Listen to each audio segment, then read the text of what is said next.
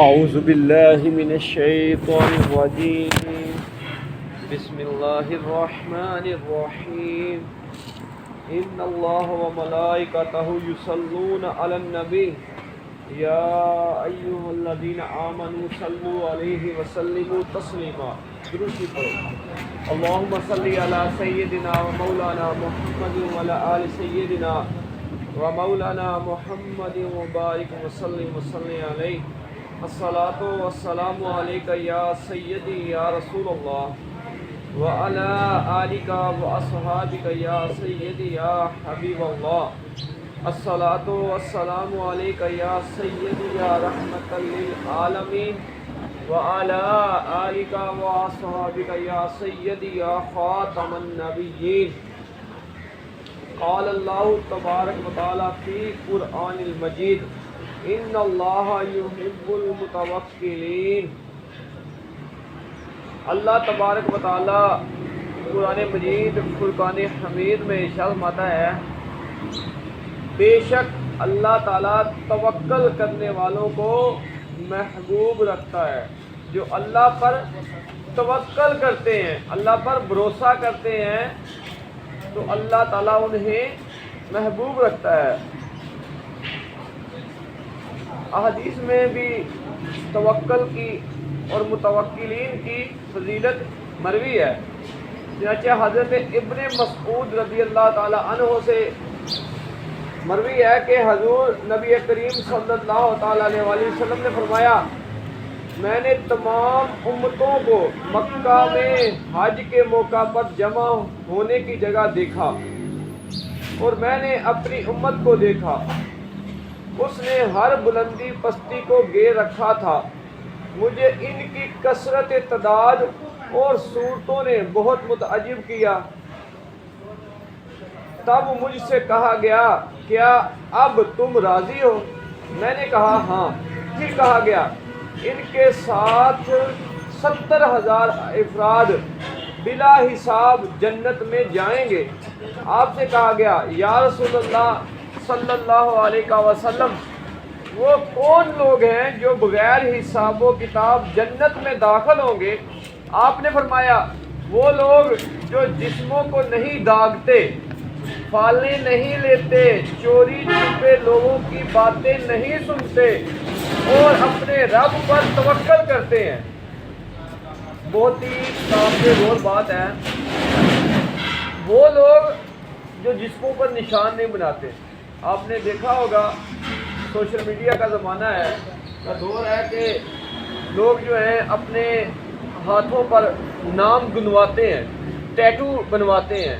ٹھیک ہے، تو یہ اصل میں یہ تو کرتے ہیں، یہ جو غیر مسلم ہیں یہ وہ لوگ ہیں کرتے ہیں.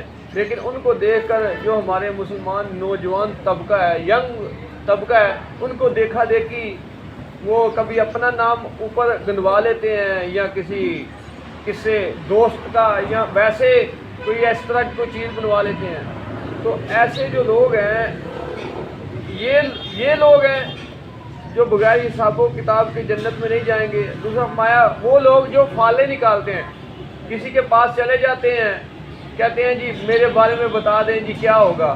یہ تو اللہ تعالیٰ جانتا ہے نا کیا ہوگا کیا نہیں ہوگا. بعض ان کی طرف وہ فیلوں مطلب اللہ پر توکل نہیں کرتے، لوگوں کی طرف رجوع کر لیتے ہیں، اللہ پر توکل نہیں کرتے.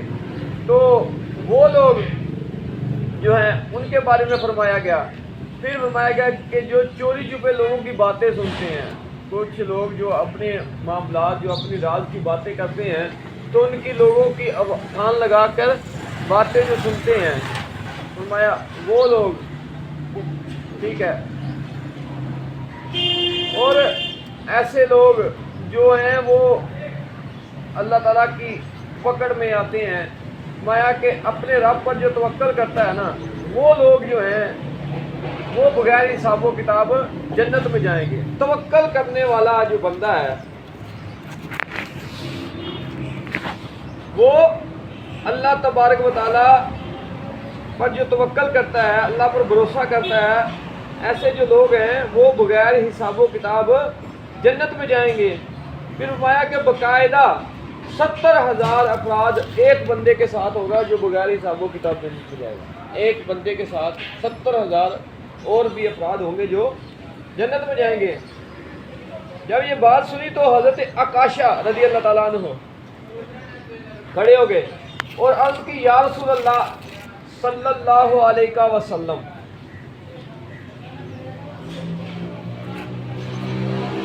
اللہ تعالیٰ سے دعا کیجئے کہ اللہ تعالیٰ مجھے بھی ان میں سے کر دے. کیا جذبہ ہے صحابی رسول کا کہ یا رسول اللہ صلی اللہ علیہ وسلم اللہ تعالیٰ مجھے بھی ان میں کر دے. آپ نے فرمایا اے اللہ، دعا کی. رسول اللہ صلی اللہ علیہ وسلم ایسے سخی ہیں کہ جب بھی جس نے جو بھی مانگا، چاہے وہ دنیا کا سوال کیا یا آخرت کا، آپ سے جو سوال بھی کیا گیا آپ نے اس کو عطا کیا. آپ نے دعا کی اے اللہ عکاشہ کو ان میں سے کر دے جو بغیر حساب و کتاب جنت میں جائیں گے. پھر ایک اور صحابی کھڑے ہو گئے، عرض کی اے اللہ کے نبی میرے لیے بھی دعا کیجیے. اللہ کے محبوب صلی اللہ علیہ وسلم نے فرمایا کہ عکاشہ تم سے سبقت لے گئے، عکاشہ تم سے سبقت لے گئے. حضور نبی کریم صلی اللہ علیہ وسلم کا فرمان ہے اگر تم صحیح معنوں میں اللہ تعالیٰ پر توکل کرتے تو اللہ تعالیٰ تمہیں پرندوں کی طرح رزق دیتا جو صبح بھوکے نکلتے ہیں اور شام کو سیر ہو کر واپس آتے ہیں. نبی کریم صلی اللہ تعالیٰ علیہ وسلم نے فرمایا جو سب سے تعلق کر کے اللہ تعالیٰ سے تعلق جوڑ لیتا ہے، اللہ تعالیٰ ہر مشکل میں اسے کافی ہوتا ہے اور اسے ایسے طریقے سے رزق دیتا ہے جو اس کے وہم و گمان میں بھی نہیں ہوتا. اور جو شخص اللہ تعالیٰ سے دنیا کا سوال کرتا ہے تو اللہ تعالیٰ اس کو عطا کرتا ہے. جو تو اللہ تعالیٰ سے کسی چیز کا بھی سوال کرتا ہے تو اللہ تعالیٰ اس کے لیے کافی ہے. جو بندہ دنیا کا ہو جائے اللہ تعالیٰ اسے دنیا کے سپرد کر دیتا ہے، لیکن جو بندہ توکل کرتا ہے اللہ پر توکل کرتا ہے تو اللہ تبارک و تعالیٰ اس کے وہم و گمان میں بھی نہیں ہوتا اس شخص کے، اللہ تعالیٰ وہاں سے اس کو رزق عطا فرما دیتا ہے. نبی کریم صلی اللہ علیہ وسلم نے فرمایا جو شخص اس چیز کو پسند کرتا ہے کہ وہ سب لوگوں سے زیادہ مالدار ہو، اسے چاہیے کہ موجود جو اس کے پاس رزق ہے زیادہ اعتماد اس رزق پر کرے جو اللہ کے ہاں موجود ہے. ایک بندے کے پاس جو رزق موجود ہے تو فرمایا گیا کہ اس سے زیادہ اعتماد اس پر کرے جو اللہ کے ہاں موجود ہے. یہ توکل. نبی کریم صلی اللہ علیہ وسلم نے فرمایا جو شخص اس چیز کو پسند کرتا ہے کہ وہ سب لوگوں سے زیادہ مالدار ہو، اسے چاہیے کہ موجود رزق سے زیادہ اعتماد اس رزق پر کرے جو اللہ تعالیٰ کے ہاں موجود ہے.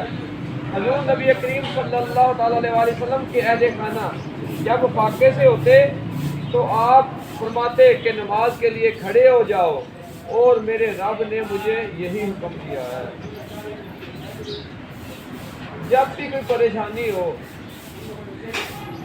کوئی بھی مشکلات بن جائے تو اس کو چاہیے کہ وہ اللہ کی طرف رجوع کرے، وہ اللہ کی طرف رجوع کرے.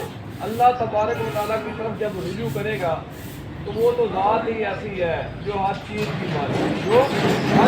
کی مالک ہے اور وہ عطا کرنے والی ہے. جب بندہ کسی مشکل میں آ جائے، پریشانی میں آ جائے تو وہ مسجدوں کی طرف رخ کرے، 2 نفل پڑھے اور 2 نفل جو ہے حاجت کے پڑھ کے اللہ کی بارگاہ میں دعا کرے تو اللہ تبارک و تعالیٰ کی جو ذات ہے وہ اس کو عطا کرنے والی ہے. وہ اپنے بندے پر بڑی مہربان ہے، بڑی رحیم ہے، بڑی کریم ہے. وہ ذات جب بندہ اس کے سامنے ہاتھ پھیلاتا ہے، اس پر توکل کرتا ہے تو اللہ کے حبیب صلی اللہ تعالیٰ علیہ وسلم نے ارشاد فرمایا کہ اس کے وہم و گمان میں بھی نہیں ہوتا کہ اللہ تعالیٰ اس کو رزق عطا فرما دیتا ہے ایسی جگہ سے جہاں سے وہ سوچ بھی نہیں سکتا۔ یاد رکھیں توکل کرنے کا یہ بالکل اس طرح مطلب نہیں ہے کہ جو بندے کے پاس جتنا بھی مال ہے وہ سب کا سب راہ خدا میں دے دے تو یہ توکل ہے، نہیں۔ جتنی چیز اس کے پاس ہے اتنا اس کے پاس ہونا چاہیے کہ تاکہ اس کا جو معاملات جو نظام ہے وہ اچھے طریقے سے چل سکے، اور باقی جو مال ہے وہ اللہ کی بارگاہ میں پیش کرے۔ اور فرمایا توکل یہ ہے کہ جب تم کسی رستے میں جا رہے ہو تو تمہارے پاس سواری ہے، تو سواری کو کسی کے ساتھ باندھ کر، کسی درخت کے ساتھ، کسی چیز کے ساتھ باندھ کر پھر اللہ پر توکل کرو۔ ایسا نہیں ہے کہ تم توکل کرنے کا یہ مطلب سمجھ لو کہ تمہارے پاس سواری ہے اس کو گنا چھوڑ دو تو پھر کہو کہ یہ دوسرا اللہ تعالیٰ مدد کرے گا۔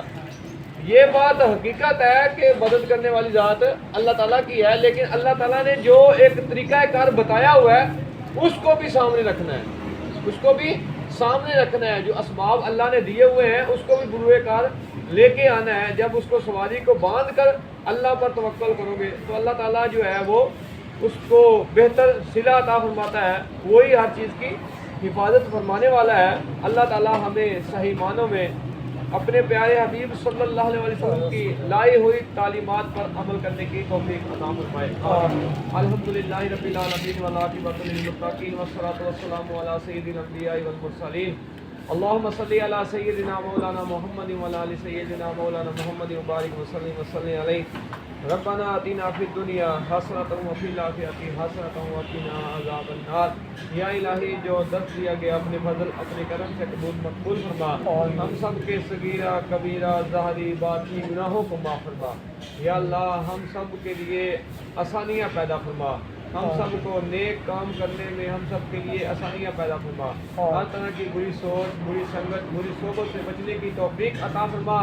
زمینی آسمانی آفات و بلیات سے محفوظ فرما۔ جہاں کہیں بھی مسلمان پریشان حال ہیں، بالخصوص فلسطین کشمیر کے مسلمانوں کی مدد فرما۔ عالم اسلام کے حکمرانوں کو غیرت ایمانی جذبہ جہادی عطا فرما۔ یا اللہ اپنے فضل اپنے کرم سے جہاں کہیں بھی مسلمان مظلوم ہیں ان کو حقیقی آزادی کی زندگی عطا فرما۔ یا اللہ جتنے مومنین مومنات مسلمین مسلمات اس دنیا فانی سے چلے گئے سب کی بخشش مغفرت فرما۔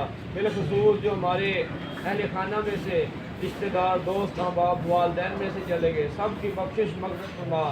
یا اللہ اپنے فضل اپنے کرم سے ہم سب کو اپنے والدین کے لیے صدقہ جاریہ بنا، ہماری نسلوں کو ہمارے لیے صدقہ جاریہ بنا۔ یا اللہ اپنے پیارے حبیب صلی اللہ علیہ وسلم کے صدقے اتنے مومنین مومنات مسلمین مسلمات یا اللہ اس دنیا فانی سے چلے گئے سب کی بخشش مغفرت فرما۔ ہم سب کو ان کے لیے دعا گو رہنے کی توفیق عطا فرما۔ جتنے مسلمان گھروں میں ہسپتالوں میں حاضرین میں سے بیمار ہیں سب کو شفا عطا فرما۔ یا اللہ ہم سب کے رزق میں کاروبار میں مال جان میں عزت میں برکتیں عطا فرما۔ آنے والی پریشانیوں مصیبتوں تفکرات فتنوں گمراہیوں سے محفوظ فرما۔ اپنا ذکر آخرت کی فکر کی توفیق عطا فرما۔ یا اللہ ہم سب کے رزق میں کاروبار میں برکتیں عطا فرما۔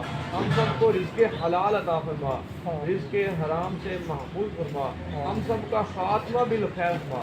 ربنا تقبل منا انک انت السمیع العلیم یا مولانا انک انت التواب الرحیم۔ وصلی اللہ تعالی علی رسول خیر خلقہ